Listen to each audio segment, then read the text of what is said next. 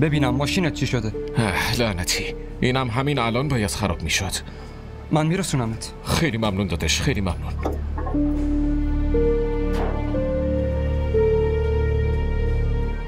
نمیدونم چی شده. گوشیم هم الان باید خاموش میشد. خب از گوشی من تماس بگیر فرهان. آروم باش. خیلی ممنونم.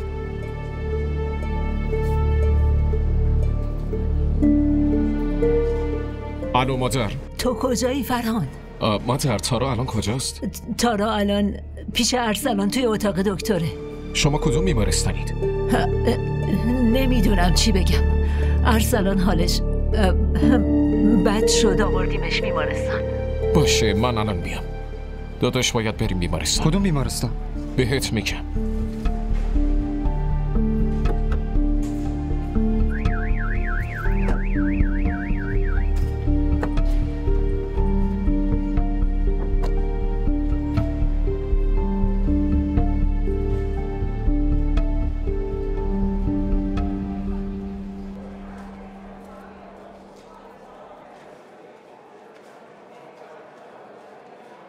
ارسلان چطوری؟ راستش پسرم دکترا دارن. نمیشه اینجا بمونید. نه گفتم که نمیشه. لطفاً برید. خواهش میکنم.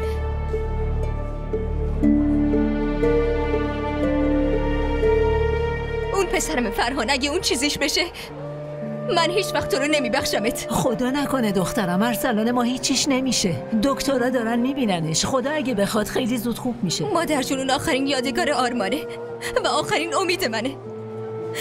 و شما اگه نمیخواستید باید از اول میگفتین. چه نیازی بود پیام دروغین بهم بفرستی؟ ببینم پیام.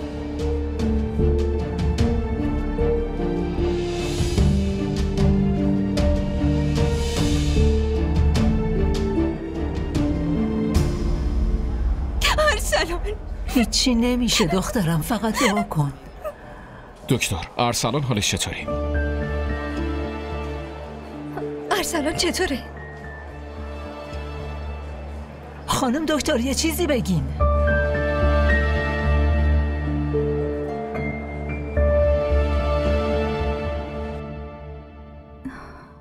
خونه چرا اینقدر ساکته؟ بقیه کجان؟ خانم بیمارستان رفتن. بیمارستان؟ آقا ارسلان تبش زیاد شده بود. خانم کوچیکم حالش از اون بدتر شده بود. با گریه رفتن بیمارستان. وای تارا.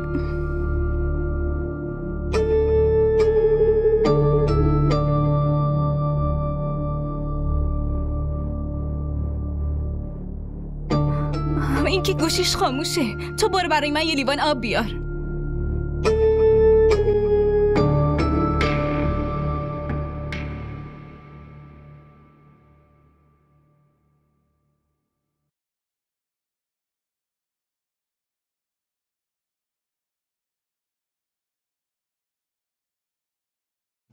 آقا براتون آب بیارم؟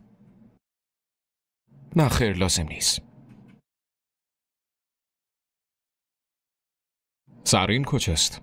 تو اتاقشه. خیلی نگران بود. همین که اومد فوراً تماس گرفت. گوشیشو از کیفش در آورد؟ بله از کیفش در آورد. همین که در مورد حال آقا ارسلان گفتم اون فوراً گوشی رو از کیفش در آورد و به زنده‌داش زنگ زد.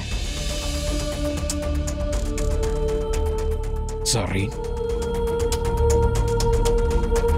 اینم مثل مامانش سخت جونه. حالش رو به مرگ بود اما بازم نمرده.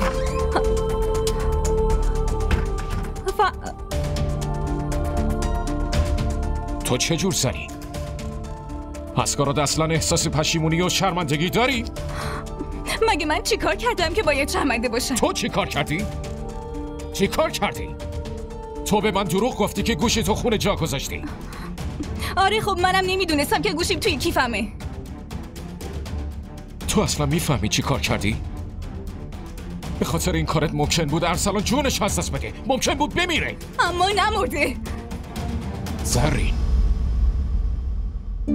مادر جون فرهان خیلی عصبانیه. شما برید باهاش حرف بزنید لطفا. خیلی هم خوبه. فرهان عصبانی بشه اون وقت این دختر حالیش میشه که نباید کارای سرخود کنه.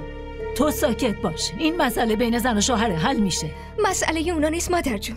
این مسئله خانواده‌مونه. اگه فرهان توی عصبانیت کاری کنه که اوضاع بدتر بشه چی؟ حتی اتفاق بدی هم ممکنه بیفته مادر جون. شما که خودتون رو خوب میشناسین مادر جون. لطفاً به خاطر ارسلان برید مادر جون.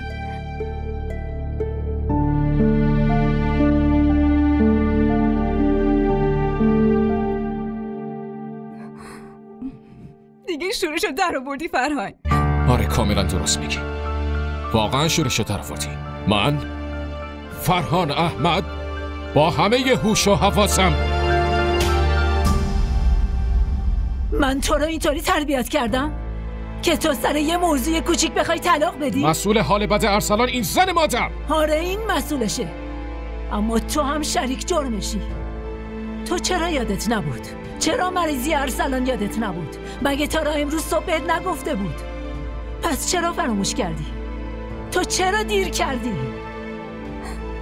ببینم تو میخواستی اینو با طلاق دادن مجازاتش کنی؟ خودتو چه مجازاتی میکنی؟ فرهان یالا از اینجا برو، نمیخوام الان حتی قیافتو ببینم. برو.